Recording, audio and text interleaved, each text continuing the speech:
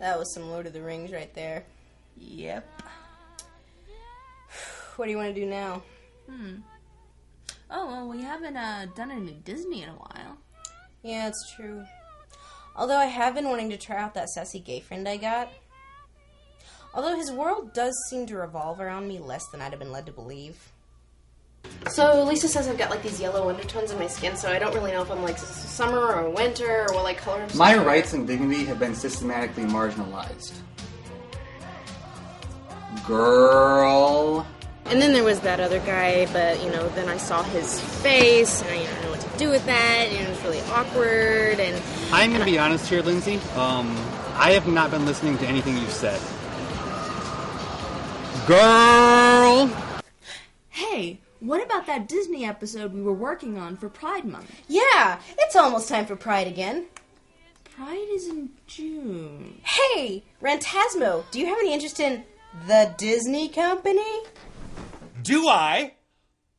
Girl!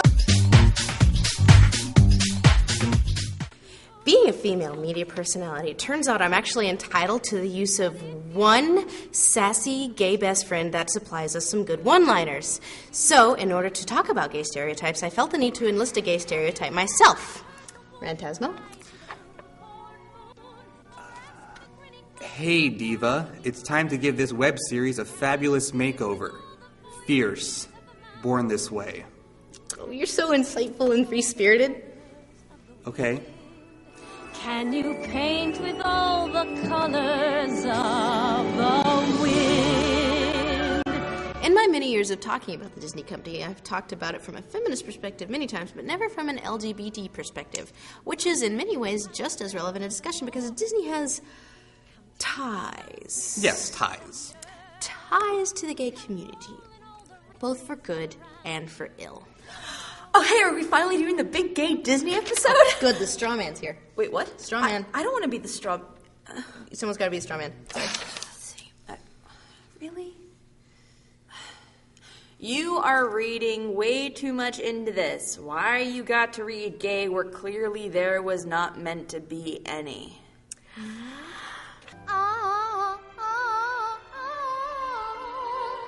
Disney is a unique company. You seldom see companies with such an easy-to-recognize and define persona, and with this persona, they sort of inadvertently developed a unique relationship with the gay community. From a business perspective, they're one of the most gay-friendly companies in the country.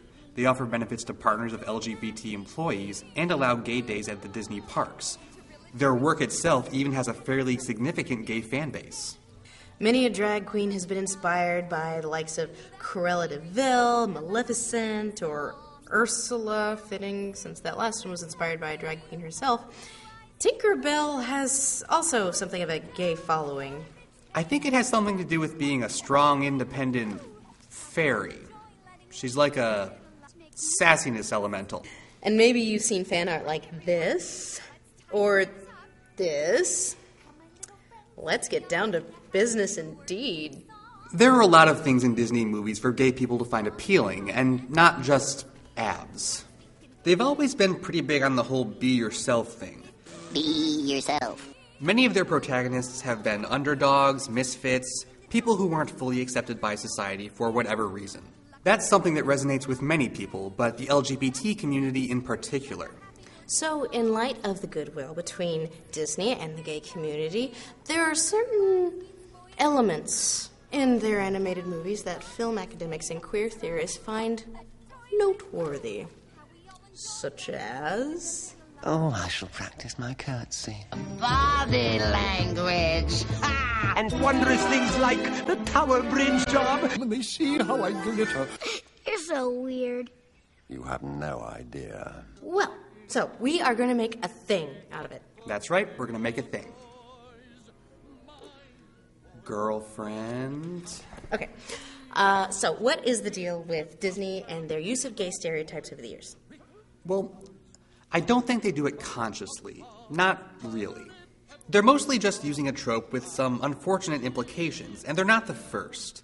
Most of these characters are fops. This is a trope that's been around since old-timey England, and most modern fops are English, even if they're not actually anywhere near England.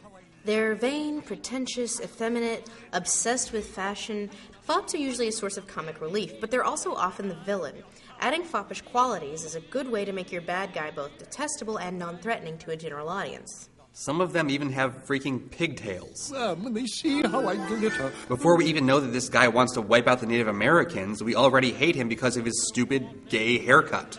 I think that producers go in with the intention of making their villains vain, weak, and cowardly, and somewhere along the line, that turns into making them ridiculously effeminate.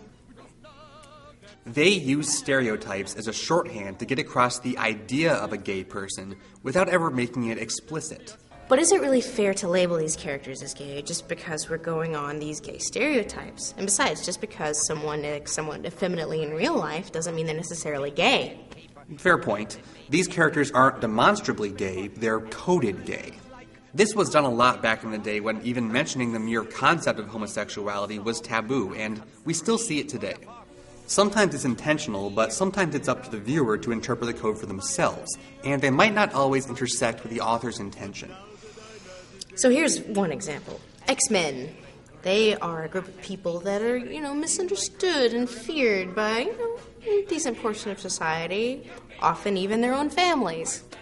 Some of them try to pass for normal to avoid persecution. Others fight for their right to live openly and be accepted for who they are. This coding is a bit more explicit in the movies. Have you tried not being a mutant? This is how gay coding works. It's often up for debate whether or not the author means for the characters to be coded gay. Unless they say so outright, as in the case of Lexington from Gargoyles. No, really. But what's important is that that is what the audience perceives, whether they realize it or not. Again, I doubt that Disney ever goes, hey, let's make our bad guy a big fat homo, but they take advantage of many of the same tropes used by people who did more or less exactly that. Maybe without even realizing it. Let's make our bad guy effeminate and vain and have pigtails and a mustache, and I bet that'll make him seem deviant and depraved for some reason. Disney is hardly malicious in this regard, just maybe a little bit thoughtless. They tend to assign their characters stereotypical traits without fully considering the implications.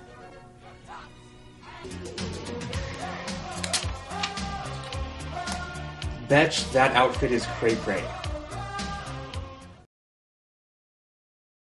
So, long story short, these characters may not be explicitly gay, but they call on gay stereotypes to get their shorthand message across to an audience. But on the other hand, you have other coded characters who aren't on Team Evil. What do you want me to do? Dress and drag and do the hula? Timon and Pumbaa aren't exactly foppish, but they for sure have some sort of domestic partnership going on. Pumbaa, not in front of the kids. Oh, sorry. Even making a case for same-sex parenthood, and it's their flamboyancy that makes them likable. Oh, some bacon! Yup. Their silly, effeminate ways make them non-threatening and therefore likable and funny to children. There's also the genie who, well... Look at me from the side. Do I look different to you? Even though he doesn't want Aladdin to think he's gay. I'm getting kind of fond of you, kid. Not that I want to pick out curtains or anything. You also have Hermes from Hercules. He thinks this party is fabulous. Fabulous party. I haven't seen this much love in a room since Narcissus discovered himself. And Turkina from Tarzan, who hates dressing like a lady and happens to be voiced by an out lesbian. I'd say the only explicitly canon example is Hugo and Jolly from The Hunchback of Notre Dame. And, in the book, the goat is a girl, but it's stated in the movie that he's a he, and, well, it's okay when goat and pigman, it's funny. You know what, let's just not go there. So, in your expert opinion, what is the difference between the good guys coded gay and the bad guys coded gay? Well, to me the difference is that with characters like Timon and Pumbaa, there's no pretense. Their signature song basically translates to, F*** it, we're just gonna be ourselves. We eat bugs, and we don't really care what anyone thinks about that. Meanwhile, Jafar's off like, man, I want to marry a lady. I'm so into ladies, you guys. I definitely don't have a crush on this guy I keep pursuing who wears an open vest. You find that, as a general rule, people get a little cagey about same-sex relationships in children's media. There's a perception among some parts of society that same-sex relationships are more sexual than heterosexual relationships. Anytime anyone so much as mentions the fact that gay people exist in any sort of context that involves children, there are invariably outcries of, they're too young, you're teaching kids about gay sex, stop trying to recruit them into your sodomy cult. That argument doesn't even really deserve to be dignified, especially when you consider the number of Disney movies that end with a marriage, a straight marriage. Is that teaching kids about straight sex? And what effect do you think all that heteronormativity has on kids? Here's a hint. It doesn't turn them straight. The latest foray into Disney princessdom, technically, was a bit interesting in that Merida has no love interest. She has suitors, she's just not very interested in them. How novel, a 14-year-old girl who doesn't want to get immediately married. I bet she's a lesbian. That's the only explanation I see. And we did see it. A lot. But that gets into expectations in women in the media, and that's not what we're talking about. Point is, how much backlash could we actually expect if Disney did have an openly gay character? Take Paranorman. Not a Disney movie, but a pretty well-received animated kids movie that ended with a reveal that one of its main protagonists was a gay guy. A decidedly unstereotypical, openly gay guy. Yeah, there was a little bit of backlash, but it was surprisingly little considering how unprecedented this sort of thing is. Disney, at least lately, seems to want to take a very firm stance on not taking a stance. They've had some flamboyant characters, but seem absolutely determined to pretend that gayness, among other things, doesn't exist. But the times they are changing, and quickly, so the question is not if, but when. How would that be received from a company so connected both to the LGBT community and social conservatives alike? It would certainly be well received by the gay community, who already have a marked affinity for Disney. And on the whole, Disney does have a history of reciprocating that affinity. Under the table. I mean that in a non-sexual way. Besides, Disney likes money, and here you have this reasonably sized population that A, likes your company a lot, and B, is not marketed to in the way that your straight population is. It'd be a missed opportunity to ignore completely your gay fans.